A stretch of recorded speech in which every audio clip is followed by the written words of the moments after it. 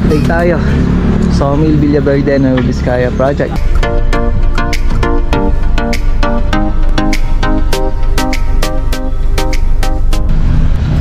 So, mukhang tulog ata yung mga tropa. Okay, update tayo dito sa may Murong project natin. Okay, project update tayo. Akal Solano, Nueva Vizcaya project. Good morning. So, mapagpalang umaga mga kamastan, no? So, ngayong umaga na to, araw ng Tuesday. So, may mga biyaya tayo na dumarating para sa tropa. So, abangan nyo yan, maya maya lang nandito na sila. So, bibigyan natin sila ng isang bagay na magagamit nila para makapag-ipon. At ito ay yung mga plano din namin by next year. Lahat ng mga maiipon, malilikom na para dun sa tropa, doon natin siya iuhulog. So mamaya malalaman niya. Okay, so andito na si Talalan. Ayan, sa BPI mga kamastan. So isa sa mga share natin sa mga tropa. Ayan, so andito sila manager, staff ng BPI Bangko mga kamastan. Ayan, so ito yung ATM. So yun sila.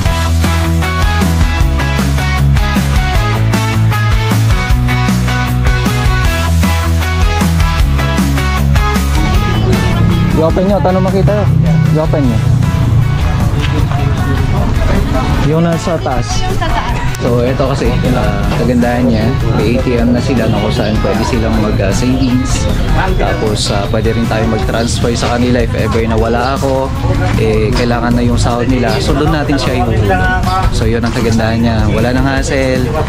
Ang kagandahan pa niyan, pwede natin ilagay doon lahat ng sahod nila at the same time yung 13-month pay. Yun po yung gagawin ko para may savings na sila kaagad. Hindi yung nakuha nila yung pera, agad-agad nila mawawala, magagasto nila, may pang-iinom nila. So kaganda niyan, may iuwi nila. Kung hawak man ni Mrs. nila, di mas safe, no? Sige po.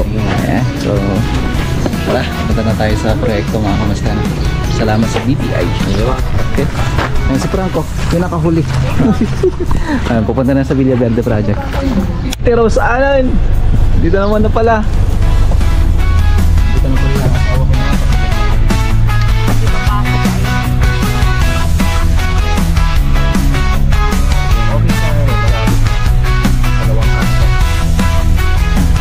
Ayan, dito na tayo sa office. So, dito na mag-i-stay yung mga staff natin. Yung managan mo? Joshua sir. Ayan, si Joshua. Electrician natin. Pinatay ko sa breaker. Ay, pinatay mo. Ayan, no? So, install na natin to. Ayan, shoutout daw kay Bayon. sabi ni Joshua, nahulog na naman. Ayan, so install na yung ilaw natin. Oh, diba? So, pakalan na lang natin eh. Tawag na, tatapalan na lang natin. Okay, so tara na. Pupunta pa tayo ng Villaverde project natin.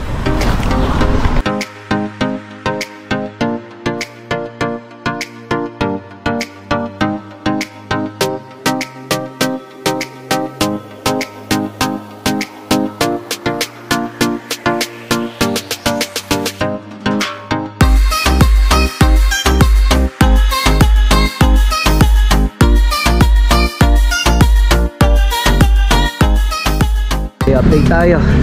Sawmill Villaverde, Nueva Vizcaya project. Okay. So ngayon lang tayo ulit makakapag-video ng full dito sa site. Gawa nga nung, sabi ko nga nung nakaraan, naayos natin yung para sa cost natin. So ito na yung mga materials pa dito. So magkasunod lang kami ni Kuya Judy, Uncle Judy. PVC panel papunta dun sa may Pugol.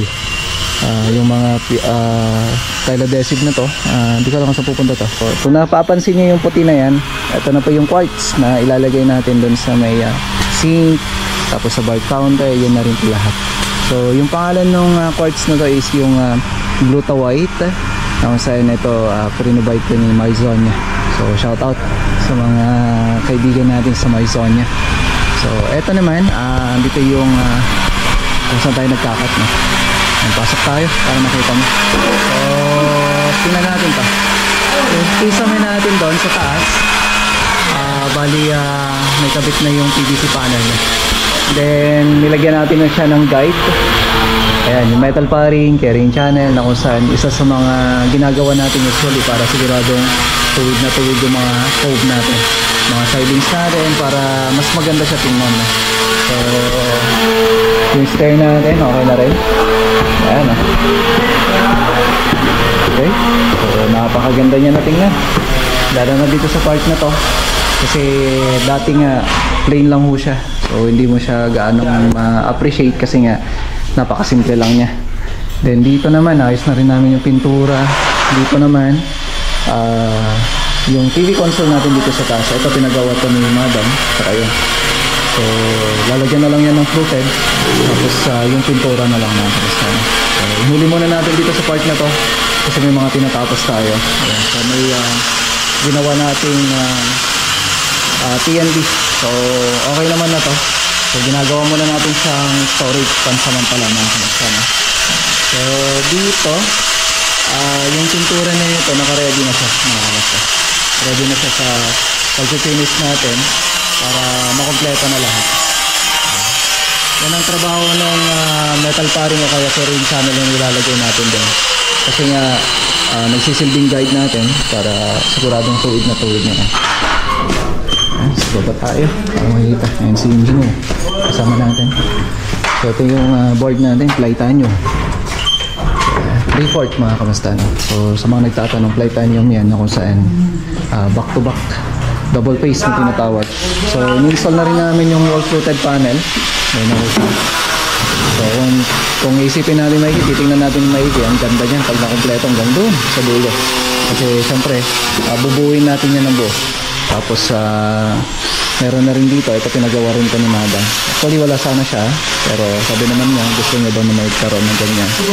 At ginawa na lang natin. Then dito naman, okay naman na ito, naka-varnish na ito maayos. Then yung nasa loob niya naka-bright white. Ayan, para sa TV console natin. And then dito, ayan, bar counter. Yung bar counter natin, napakakintad eh. So varnish yung sa loob niya. Ganun din doon. Tapos naka-bright white na ho yun. Yun yung para doon sa drop ceiling niya. Ako sa nakatapat dito. So, ito naka-prepare na to para mailagay yung wall-fluted panel niya. Then yung quartz mga kamusta na. So, naka-prepare na to. So, yun yung mga nakapilang na gagawin na. Kasi ang ginagawa na ng mga tropa ngayon, ayan, installation ng quartz. Si Kuya Mardo ng Marzonia. So, ini-install na nila yan. So, binubuo na lang. Kakabit yung sink, yung cooktop, lahat na ho siya. Ayan. And then dito, ayan, kung saan pinesto natin yung panel box na nakatago. So actually, dapat to nakalabas pero pwede naman nating iganito basta may naka-label dyan na panel box, no? Kasi ito may sarado yan eh. So dapat yan meron at meron para kung sino yung man yung gagamit o kaya mag-off ng breaker ay mahahanapan niya kagad. So ginagawa namin dito is re-retouch kami ng mga scratches, mga tama kung saan ito makikita mo kapag ka ito ay may ilaw. So nilalagyan namin ng ilaw para sigurado na minsanan yung pagre-retouch natin. Medyo mabusisi ang pagganitong trabaho mga kamasta, no? Pero sabi ko nga, lahat naman ng proseso ay kailangan natin sundin para mas maging mas maganda yung outcome niya. So dito sa likod, dito na sila nagkakat. So cutting na ho yan. Medyo madugo yung cutting na ganito. Pero kayang-kaya. Sila Aris nandito na rin. So yung para sa takip ng pantry natin. Okay? Tingnan naman natin ito. So ito na muna yung update natin. Video Verde with Kaya Project. So tara, at pupunta pa tayo ng Murong. Idadaan natin yung mga Thailandesi. Ayun, tanghali na. Pero mag-iwan na lang tayo ng pang soft drinks ng tropa. Kasi hindi na sila nakapag-merienda. Tara. Huli, huwag kumulan kasi pinasakay ko dito yung ayan yung Thailandesi na. Thailandesi na mapupunta sa Murong. Abot na lang kami ng pananghalian sa Solano. Mayang makalauna na.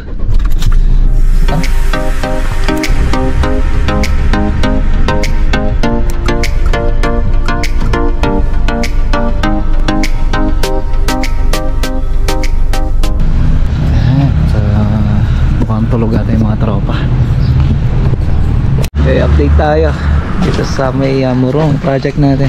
Ayan, papapaba lang natin yung mga tile adhesive na ABC tile adhesive natin. So sa ngayon nga, ayan, pinapapinturahan ko na to ng black. Kaya yun ang gusto ni madam mangyari. Kaya papalagyan ko na yung sa may mga bato natin. Ayan, bato ha, na tiles, no. Baka mamaya iba yung pupuntahan ng bato na yan, eh. Okay, so inaayos na lang natin lahat. And then eto, palibot na ito, kompleto na. Doon, palibot ko yan. So eto na lang, yung sa may garahe na lang yung gagawin natin. So sa ngayon nga, ito na yung tiles na pinalitan natin galing sa Wilcon. Kaya nagpapasalamat ako sa Wilcon, eh. Kasi ito, lumagpas na siya ng 30 days, which is dapat 30 days dapat yung replacement. Kasi nga nakapag-install na kami dito halos mga 3 row ata. Kaso nga lang, sabi ni madam, hindi niya nagustuhan kung saan may part kasi na nagiging random yung design. So itong design na to nakuha namin, or nagka-idea si madam na nagustuhan niya rin yung design dun sa may Wakal project natin. So halos parehas sila ng tiles, no? So ganitong tiles din yung kinabit natin doon. So sa ngayon, sabi niya, nag-decide siya na ganito na lang. So nakiusap ako sa Wilcon na kung saan pumayag naman ho sila na ipalit natin. So tumagal lang to ng mga 3 weeks. 3 weeks or 2 weeks or 3 weeks, dumating na rin to kasi in-order nga natin through online, na wala akong ibang ginawa kundi sabi ko, ma'am, pwede ba ipalit? So nagpapasalamat ako ng lubos-lubosan sa Wilcon, no? Thank you so much. So okay na. Ngayon nga, ito kinukompleto na ho namin. Papunta dito sa may kitchen natin and also dito sa mga rooms. Yan. Ayan, ito na yung nilalatagan ng tropa ngayon. Binubuo na nila to. So dito, palibot niya, check natin. Buo na ho ito. Ayan, pinapapalitadahan na lang namin to. Tapos ito, yung hindi nasali sa mga kontrata, sabihin ko na lang kay madam kasi nga, kailangan mapalitadahan. Kasi yung dati kasi, ganito lang siya. Ayan, ganyan. Eh, hindi ko naman na napansin, mga kamasta. Kaya yun, pinapapalitadahan ko ngayon. So halos lahat to nakapalibat na. Puro tiles na to. Ayan, check natin dito sa part na to. So ito, yung tiles na to, mariwasa. Galing sa Wilcon, pero nag-check ako dito sa atin, meron din. Siyempre, mariwasa, marami yan. Ayan. So ito, pinapabalitadahan ko na rin siya. So bali, actually, tatapusin na sana namin yung pintura, pero sa ngayon, nililinisan na din, diretso finish na. Okay. So, ito na muna yung update natin dito sa may project natin. Murong Bagabag na Hubis Kaya project. Kain muna tayo. Ayan, dinana na natin si Nika at sila Mami Rose. Kain muna tayo. Dito tayo sa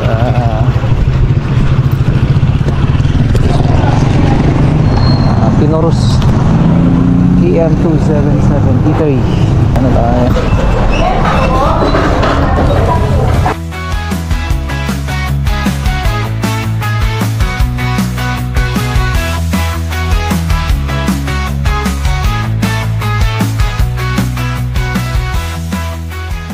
Okay, so tapos na kami kumain. Tara.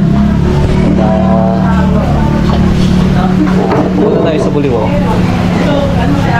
Kasi papaani tayo ngayon. Sa mga may sinandahan kasi kaming bukid. So puntahan natin yan. Okay, so dito kami. Punta tayo, Buliwaw. So katapat lang ng Iglesia ni Cristo. Ayun yung nag-aalaga ng lupa natin, sangkel. Tandaw namin yung nagre-reaper. Okay, so hindi daw kaya ng reaper kasi sa dinami-dami na i-reaper nila yun, no? Yung sa atin na yun, ay yung sa amin na yun, yun yung part na yun. Kaya gagapasin na lang daw. So alamin natin yan kung kailan nila gagapasin. So tara, at diretsuin na tayo. So sa ngayon punta tayo ng Wakal project natin.